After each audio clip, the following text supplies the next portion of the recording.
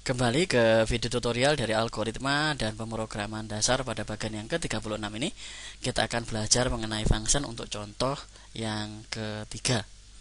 Kita akan belajar mengenai function untuk contoh yang ketiga. Oke, kita ke Lazarus. Ini adalah Lazarus dari video sebelumnya.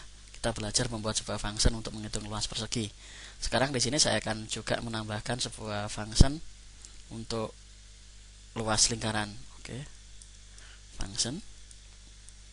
Saya sebut nama lingkaran. Lingkaran, tipe data yang dihasilkan adalah real seperti ini. Kemudian di sini saya buat sebuah variabel. Var nilai R adalah integer. Integer seperti ini. Kemudian di sini saya membuat sebuah begin. Ini ada banyak program utama varnya begin. Kemudian di sini n. Oke, di begin n ini saya akan membuat sebuah luas adalah di atasnya begin ini saya beri cons. Cons b sama dengan 3,14. Oke. Begin lingkaran.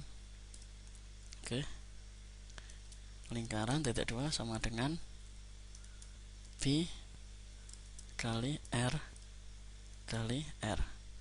Seperti ini. Kemudian di sini saya akan tambahkan lagi yang namanya C. C seperti ini. Saya kasih spasi untuk ini. Right line. Oke, lagi right line. Oke, saya buat di sini right. Oke. Input cari. Oke. Kita simpan di variabel read len c. Kemudian kita akan tampilkan right. Oke. Luas lingkaran adalah seperti ini.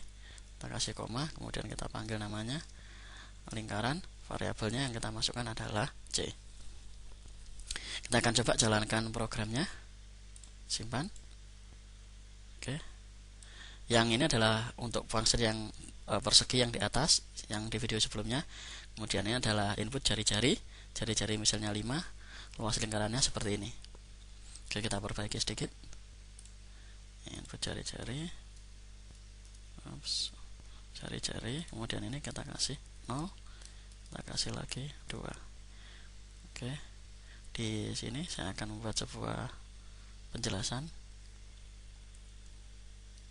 Oke. Function lingkaran. Oke, kita coba jalankan lagi. Simpan. Oke, input P untuk ini tadi yang di atas. Oke, function lingkaran input jari-jari 4. Di sini terdapat luas lingkaran adalah 50,24. Jadi saya akan jelaskan lagi penjelasan mengenai function yang di sini. Function lingkaran ini adalah sebuah rumus untuk menghitung lingkaran dengan nilai yang dihasilkan dalam bentuk real. Jadi lingkaran, luas lingkaran ini adalah P kali R kali R. Jadi PR kuadrat. Karena ada koma dari P ini, maka lingkaran bentuk datanya adalah real seperti ini. Sementara R-nya dalam bentuk integer, kita buat di dalam kurung ini. Seperti ini fungsinya.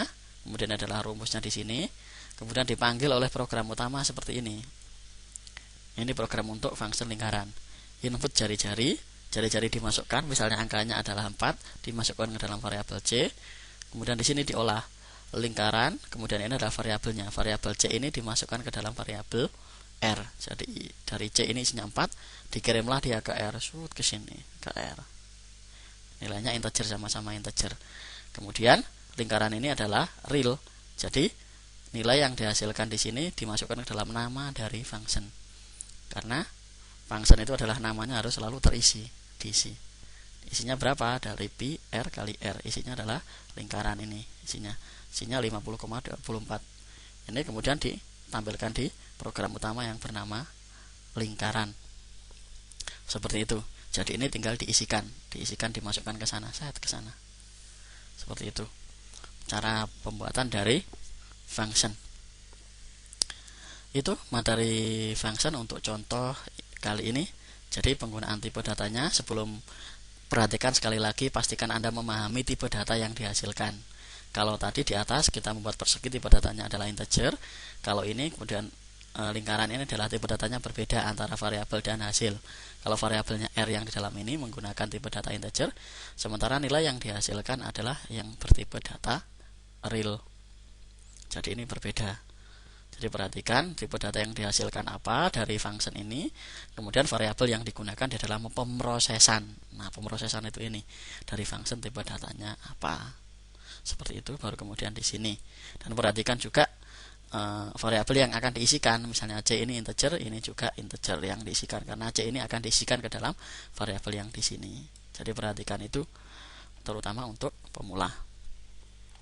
Jadi itu dulu materi tentang function pada contoh yang ketiga. Terima kasih.